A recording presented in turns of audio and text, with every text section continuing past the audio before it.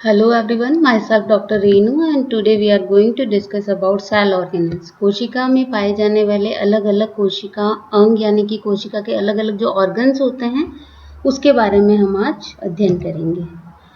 Cell organelles. Cell organelle is a specialized entity present inside a particular type of cell that performs a specific function.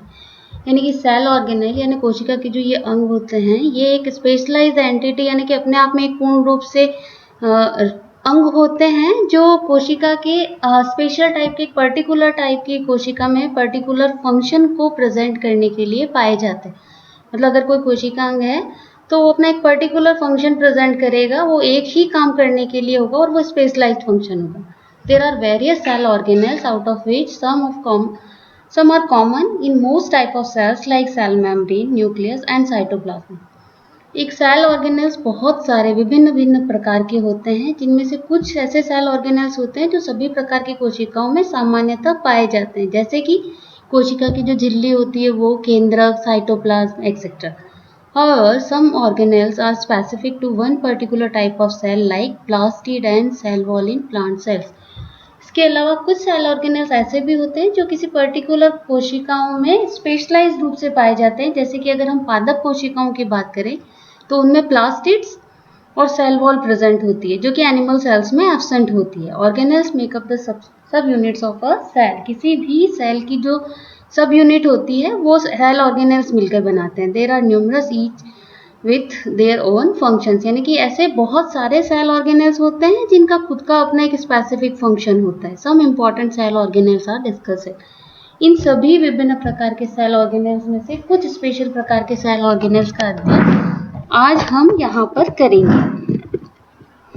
First one is plasma membrane. Plasma membrane के बारे में हम already बहुत अच्छे से अध्ययन कर चुके हैं कि ये क्या होती है, किस प्रकार से बनी हुई होती है, इसके कौन कौन से मॉडल्स होते हैं. इनसे पहले कि मैंने 3 क्लासेस में वो पढ़ा दिया है, फिर भी एक बार शॉर्टली हम इसको फिर से डिस्कस कर लेते हैं. Plasma membrane is the organelle that encapsulate the content of the cell. यानी कि सेल के अंदर पाए जाने वाले सारे कंटेंट को ये चारों तरफ से घेर के रखती है. Apart from encapsulating cell content, the plasma membrane also play a vital role in regulating the movement of substances in and out of the cell.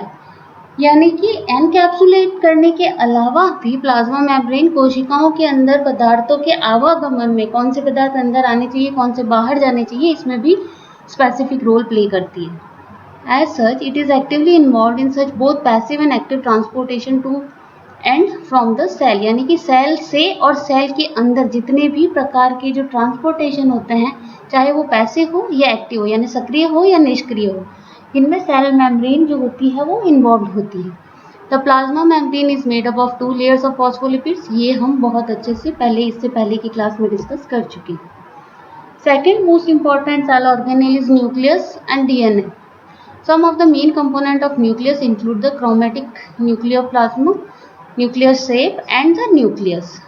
जो मेन कंपोनेंट्स होते हैं न्यूक्लियस में उसमें इंक्लूड करते हैं हम chromatic nucleoplasm, nuclear shape and the nucleus. The nucleus houses DNA as well as various protein and the nucleolus. Nucleus के अंदर डीएनए पाया जाता है. मेनली डीएनए हमारा हेरिडेटरी मटेरियल होता है, आनुवांशिक पदार्थ जिसे हम कहते हैं, और बहुत सारे प्रोटीन्स होते हैं और उसके अलावा एक न्यूक्लियोलस यानी कि केंद्रिका प्रेजेंट होती है. In eukaryotic cell the nucleus is enclosed in the nuclear membrane. जो यूकैरियोटिक कोशिकाएं होती हैं उनमें न्यूक्लियस जो होता है वो न्यूक्लियर मेम्ब्रेन के द्वारा घिरा हुआ होता है. It is the organelle that control the hereditary traits of an organism by directing such processes as protein synthesis and cell division among others. यानी कि न्यूक्लियस वो ऑर्गेनेल होता है जो हमारे हेरिडेटरी ट्रेट्स यानी कि आनुवांशिक जो गुण होते हैं उनको कंट्रोल करने का काम करता है. और इन गुणों को कंट्रोल करने के लिए बहुत सारी दूसरी जो प्रोसेसेस होती है, जैसे कि प्रोटीन का संश्लेषण करना, कोशिका का विभाजन करना, इन सब के साथ में ये इसको निर्देशित करने का काम करता है. For prokaryotes the DNA leaks a nuclear membrane. यानी कि जो प्रोकैरियोटिक कोशिकाएं होती है उनमें न्यूक्लियर मेम्ब्रेन एब्सेंट होती है. The genetic material is therefore bound in the nucleotide region. और प्रोकैरियोट्स में जो जेनेटिक मटेरियल आनुवंशिक पदार्थ होते हैं वो न्यूक्लियोटाइड रीजन्स बने हुए होते हैं स्पेसिफिक, उनके अंदर ही बंधे हुए पाए जाते हैं. The nucleolus play an important role in ribosome production. यानी कि जो केंद्रिका होती है वो बहुत ही महत्वपूर्ण रोल प्ले करती है राइबोसोम्स के निर्माण में. Now what is ribosomes? Ribosomes are tiny organelles that contain RNA and specific proteins within the cytoplasm. यह छोटे से RNA को कंटेन करने वाले सेल ऑर्गेनेल्स होते हैं जो स्पेसिफिक प्रोटीन्स भी पाए जाते हैं जिसमें साइटोप्लाज्म के अंदर. Within the cell, ribosomes are directly involved in the manufacture of proteins. यानी कि कोशिका के अंदर राइबोसोम्स का जो सीधा के सीधा काम होता है वो होता है प्रोटीन का निर्माण करना by using their RNA and amino acids. मतलब राइबोसोम्स में जो RNA और अमीनो एसिड्स पाए जाते हैं उन सबको उपयोग में लेकर के ये प्रोटीन निर्माण करने का काम करता है. This process involves decoding the information contained in a mRNA. और ये जो प्रोटीन निर्माण की जो प्रक्रिया होती है, प्रोटीन संश्लेषण की प्रक्रिया होती है, उसमें राइबोसोम से पाए जाने वाले जो mRNA हैं उनकी डिकोडिंग के द्वारा ये काम करते हैं. And using amino acids to produce the required protein. Mitochondria are some of the largest organelles within a cell. यानी कि जो हमारी कोशिकाएं होती हैं उनमें लगभग सबसे बड़े जो सेल ऑर्गेनेल्स होते हैं उनमें से एक होता है. Compared to some of the other organelles, mitochondria contain DNA which makes them semi-autonomous. अगर हम दूसरे सभी कोशिका अंगों के साथ माइटोकॉन्ड्रिया का कंपैरिजन करें तो माइटोकॉन्ड्रिया में कुछ मात्रा में डीएनए भी पाया जाता है. इसीलिए हम माइटोकॉन्ड्रिया को सेमी ऑटोनोमस ऑर्गन यानी कि अर्ध निर्माणकारी ऑर्गन भी कहा जाता है. Mitochondria also contain a double membrane with the inner membrane folding to form cristae. यानी कि माइटोकॉन्ड्रिया एक डबल मेम्ब्रेन बाउंड स्ट्रक्चर होती है, दोहरी झिल्लियों से घिरी हुई संरचना होती है जिसमें कि जो अंदर वाली झिल्ली होती है वो बहुत सारी फोल्डिंग्स यानी कि ऊपर नीचे जिगजैग स्ट्रक्चर बनाती है जो आगे जाके क्रिस्टी के फॉर्मेशन में काम करती है. क्रिस्टी माइटोकॉन्ड्रिया के अंदर की आंतरिक संरचना का एक भाग होता है.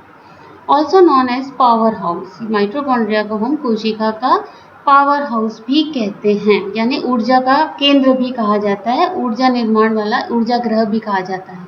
Mitochondria play an important role in respiration where they generate ATP.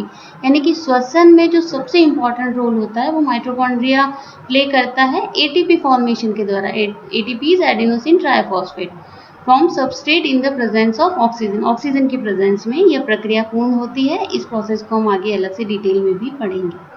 Using their DNA, mitochondria are able to encode for some of the component they require to perform their functions. यानी कि कुछ ऐसे components भी होते हैं जिनको अपना functions को perform करने के लिए जिन components की ज़रूरत होती है माइटोकॉन्ड्रिया उन components को खुद ही synthesize कर लेते हैं क्योंकि इसमें DNA प्रेजेंट होता है. इसीलिए हम माइटोकॉन्ड्रिया को सेमी ऑटोनोमस ऑर्गन भी कहते हैं. Vacuoles. A vacuole may be described as a space inside the cell that does not contain cytoplasm. मतलब कि वैक्यूल को हम ऐसे डिस्क्राइब कर सकते हैं कि सेल के अंदर एक खाली जगह होता है जिसमें साइटोप्लाज्म प्रेजेंट नहीं होता. It is surrounded by a membrane. यह एक मेम्ब्रेन के द्वारा झिल्ली के द्वारा चारों तरफ से घिरी हुई होती है. Field with a fluid. और इसके अंदर जो होता है वो एक द्रव्य पाया जाता है. Vacuoles store various molecules including enzymes, waste products of the cell, water and even food material depending on the type of the cell. यानी कि वैक्यूल्स अलग अलग कोशिकाओं में अलग अलग फंक्शंस प्ले करती है. ये एंजाइम्स को स्टोर करने का काम भी करती है. बहुत सारे कोशिकाओं में ये वेस्ट प्रोडक्ट्स को स्टोर करने का फंक्शन करती है. कहीं कहीं ये पानी को स्टोर करती है, कहीं ये फूड मटेरियल को स्टोर करने का भी काम करती है. It depends on types of the cell. In cases where vacuole contain waste product of the cell, they are also involved in the exportation of waste from the cell, thus protecting the cell from toxicity. यानी कि वो कोशिकाएं जहाँ vacuoles waste material को या waste जो पदार्थ होते हैं जो पदार्थ काम में नहीं आने वाले होते हैं उन पदार्थों को स्टोर करने का काम करती है. वहाँ पे एक दूसरा इंपॉर्टेंट फंक्शन भी करती है कि वो जो वेस्ट मटेरियल होता है उसको सेल से बाहर निकालने का काम भी वैक्यूल करती है. और इस तरीके से यह सेल को प्रोटेक्ट करती है टॉक्सिसिटी से. मतलब किसी भी जहरीले इफेक्ट से वो उसको सेव करने का फंक्शन करती है. Some vacuoles also play a role in maintaining the internal hydrostatic pressure of the cell as well as regulating pH. यानी कि कुछ कुछ कोशिकाओं में वैक्यूल क्या करती है कि जो आंतरिक हाइड्रोस्टैटिक प्रेशर यानी द्रव स्थितिक जो दाब जिसे आप कहते हैं जो अंदर लिक्विड की वजह से जो प्रेशर बनता है उसको मेंटेन करने का काम करती है as well as regulating pH. यानी कि कोशिका के अंदर पीएच को कंट्रोल करने का, उसको रेगुलेट करने का, नियमित करने का काम भी वैक्यूल का होता है. Cytoskeleton. The cytoskeleton is made up of microtubules and microfilaments. By spreading throughout the cell in the cytoplasm, the cytoskeleton helps maintaining the shape of the cell while also ensuring the its elasticity. यानी कि जो ये cytoskeleton होता है वो कोशिका के अंदर चारों तरफ से बिखरा हुआ यानी कि एक बिछे हुए जाल की तरह होता है, जिससे कि ये कोशिकाओं को एक परफेक्ट जो कोशिका का एक परफेक्ट आकार होता है उसको मेंटेन करने का काम करता है, एज वेल एज ये इसकी जो इलास्टिसिटी जो होती है यानी जो उसकी आप कह सकते हैं कि जो उसको फैलने और सिकुड़ने की जो क्षमता होती है, जो कितना वो सेल एक फैल सकती है, एक्सपांड हो सकती है, उसको इंश्योर करने का फंक्शन भी साइटोस्केलेटन ही करता है. The cytoskeleton is also involved in anchoring the nucleus and supporting cell contents. यानी कि न्यूक्लियस को एंकरिंग करने का और दूसरे जो सेल कंटेंट्स होते हैं उनको सपोर्ट करने का फंक्शन भी साइटोस्केलेटन का ही होता है. Now plastids. Plastids are a type of organelles found in plant cells and algae. यानी कि ये सिर्फ पादप कोशिकाओं और algae में पाए जाते हैं. Like mitochondria, plastids are membrane-bound organelles that contain nucleoid. यानी कि माइटोकॉन्ड्रिया की तरह ही ये भी मेम्ब्रेन से बाउंड होते हैं और इनके अंदर भी न्यूक्लियोइड पाया जाता है. As such, they are also semi-autonomous organ. यानी कि प्लास्टिड दूसरे वो ऑर्गन होते हैं कोशिका के अंदर जो माइटोकॉन्ड्रिया की तरह सेमी-ऑटोनोमस ऑर्गन कहलाते हैं because they contain DNA. These are different types of There are different types of plastids that include chloroplast, chromoplast, gerontoplast, and leucoplast. The following are some functions of the different types of plastids. Chloroplast. Chloroplast contain the pigment chlorophyll that capture energy from sunlight for photosynthesis. यानी chloroplast जो होता है वो उसमें एक chlorophyll नाम का pigment पाया जाता है जो सनलाइट से एनर्जी को कैप्चर करता है प्रकाश संश्लेषण की प्रक्रिया को पूरा करने के लिए. Therefore, the chloroplast is the site of photosynthesis. यानी कि क्लोरोप्लास्ट वह स्थान है जहाँ पर फोटोसिंथेसिस या प्लांट्स के जो खाना बनाने की प्रक्रिया होती है वो पूर्ण होती है. Chromoplast. Chromoplasts are present in certain photosynthetic eukaryotes. कुछ जो प्रकाश संश्लेषी यूकैरियोट्स होते हैं उनमें क्रोमोप्लास्ट पाए जाते हैं. They are primarily involved in the production and storage of pigments. इनका जो प्राथमिक कार्य होता है वो प्रोडक्शन करना यानी निर्माण करना और स्टोरेज यानी कि संग्रहण करना पिगमेंट्स यानी कैरोटिनॉइड पिगमेंट्स का. These pigments are involved in absorbing light energy as well as protecting chlorophyll in some plants. In pigments का मुख्य कार्य होता है एक तो लाइट एनर्जी यानी प्रकाश की जो ऊर्जा होती है उसको अवशोषित करना as well as protecting chlorophyll. और कुछ प्लांट्स में क्लोरोफिल को चारों तरफ से प्रोटेक्ट करने का भी ये काम करते हैं. जेरेंटोप्लास्ट. This is a type of plastid that develops from the chloroplast during senescence. Senescence यानी कि वो प्रक्रिया होती है जब जो पौधे होते हैं वो नेचुरली जो फॉलिएज प्लांट जो होते हैं मेनली जो एक सीजन आता है जब पौधे अपनी पत्तियां गिराते हैं येलोइश कलर में कन्वर्ट होकर के, जिसको आप जीर्णता भी कहते हैं. हिंदी में अगर आप बात करें तो इसे जीर्णता कहते हैं. ये उन्हीं प्लांट्स में पाए जाते हैं. Gerontoplast play an important role in salvaging nutrients यानी कि ये न्यूट्रिएंट्स को संग्रहित करके बचा के रखने का काम करता है. And other important material as a cell dies. मतलब जब कोशिका मर जाती है तो उसके अंदर दूसरे सेल मटेरियल इंपॉर्टेंट जो पदार्थ होते हैं उनको और उनके अलावा पोषण के लिए जो पदार्थ की जरूरत होती है उनको अपने अंदर संग्रहित करके रखने का काम जो होता है वो जेरोंटोप्लास्ट करते हैं. Leucoplast compare to the other plastid, leucoplast are unpigmented organelles यानी कि ये कलरलेस होते हैं. पिगमेंट इनके अंदर प्रेजेंट नहीं होता है. Leucoplast is specialised for such function as the storage of starch यानी कि ये अलग अलग फंक्शंस प्ले करते हैं. कहीं पर ये स्टार्च का जब स्टोरेज करते हैं तो उन्हें हम अमाइलोप्लास्ट कहते हैं. कहीं पर ये लिपिड के स्टोरेज से रिलेटेड होता है तो इलियोप्लास्ट कहलाते हैं. कहीं कहीं ये प्रोटीन के स्टोरेज का फंक्शन करते हैं तो प्रोटीनोप्लास्ट कहलाते हैं. Endoplasmic reticulum. It is the organelle that form an interconnected network of latent sacs यानी कि छोटी छोटी जो एक कह सकते हैं कि थैलेनुमा संरचनाएं होती है उनका इंटरकनेक्टेड नेटवर्क होता है endoplasmic reticulum. Like some of the other organelles found in eukaryotes, ER is enclosed in a membrane. यानी कि माइटोकॉन्ड्रिया की बात की, अभी हमने प्लास्टिड की बात की, उन्हीं की तरह ये एंडोप्लाज्मिक रेटिकुलम भी मेम्ब्रेन बाउंड ऑर्गेनेल्स में आती है. The ER is divided into two region that vary in structure and function. ER को यानी एंडोप्लाज्मिक रेटिकुलम को हम मेनली दो रीजन्स में डिवाइड कर सकते हैं, जो अलग अलग जिनकी संरचना और फंक्शन के आधार पर ये जो डिवीजन होता है वो हम करते हैं। The reasons are smooth endoplasmic reticulum, जिसे हम SER भी कहते हैं। The smooth endoplasmic reticulum is named so because it lacks the ribosome on its surface. यानी कि ये जो एंडोप्लाज्मिक रेटिकुलम होती है, इसकी जो बाहरी सरफेस होती है उन पर राइबोसोम्स प्रेजेंट नहीं होते हैं। As a result it is more smooth in appearance as compare to the rough ER. इसी की वजह से रफ ईआर के कंपैरिजन में ज़्यादा स्मूथ होती है। It is involve in the synthesis of lipid, यह लिपिड के सिंथेसिस में इन्वॉल्व होती है, यानी कि फॉस्फोलिपिड्स बनाने का काम करती है। And carbohydrate that are use to build the cell membrane, और सेल मेम्ब्रेन यानी कि झिल्ली जो कोशिका झिल्ली होती है उसको बनाने के लिए जिन कार्बोहाइड्रेट्स की ज़रूरत होती है उनका निर्माण भी स्मूथ एंडोप्लाज्मिक रेटिकुलम करती है। Some of the other functions of a smooth endoplasmic reticulum include transportation of vesicles, यानी कि जो अलग अलग वेसाइकल्स होती हैं उनके अंदर ट्रांसपोर्टेशन का जो फंक्शन होता है वो ये प्ले करती है। Enzyme production in the liver, यानी कि लीवर कोशिकाओं में जो एंजाइम्स का प्रोडक्शन होता है वो SER के द्वारा होता है। Contraction of muscle cells in the muscles, contraction का फंक्शन करती है। Synthesis of hormones in the brain cells, यानी कि जो मस्तिष्क की कोशिकाएं होती हैं उनमें हार्मोन के सिंथेसिस का जो फंक्शन होता है वो स्मूथ ER करती है। Now second part is rough endoplasmic reticulum. Unlike the smooth ER, rough ER has ribosome attached on to its surface. मतलब दोनों में डिफरेंस यही होता है कि इसकी जो आउटर सरफेस होती है उस पर राइबोसोम्स प्रेजेंट होते हैं। It is involve in the manufacture of various protein in the cell, क्योंकि हमने अभी राइबोसोम्स की जो फंक्शन थे उसमें पढ़ा था कि वो मेनली प्रोटीन संश्लेषण का काम करता है। तो अगर यहाँ राइबोसोम्स प्रेजेंट है तो ये सेल्फ अंडरस्टूड है कि इसका जो फंक्शन होगा रफ एंडोप्लाज्मिक रेटिकुलम का वो जो होता प्रोटीन सिंथेसिस से रिलेटेड होगा। On the other hand, the rough ER is involved in the production of antibodies, और ये जो होती है कुछ एंटीबॉडीज के निर्माण में भी काम करती है, इंसुलिन का भी निर्माण करती है, as well as transportation of protein into smooth ER. इसके अलावा ये जो प्रोटीन का सिंथेसिस होता है उन प्रोटीन्स को स्मूथ ईयर में ट्रांसपोर्ट करने का जो फंक्शन होता है वो भी रफ ईयर के द्वारा ही होता है।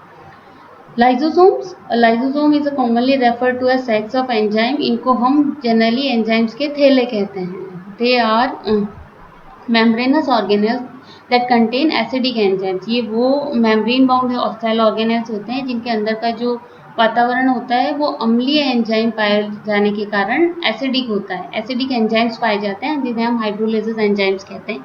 That serves to digest various macromolecules, और इन एंजाइम्स का जो मेन फंक्शन होता है वो बहुत सारे जो मैक्रोमोलिक्यूल्स होते हैं like lipids and nucleic acids उनको डाइजेस्ट करने का काम करते हैं।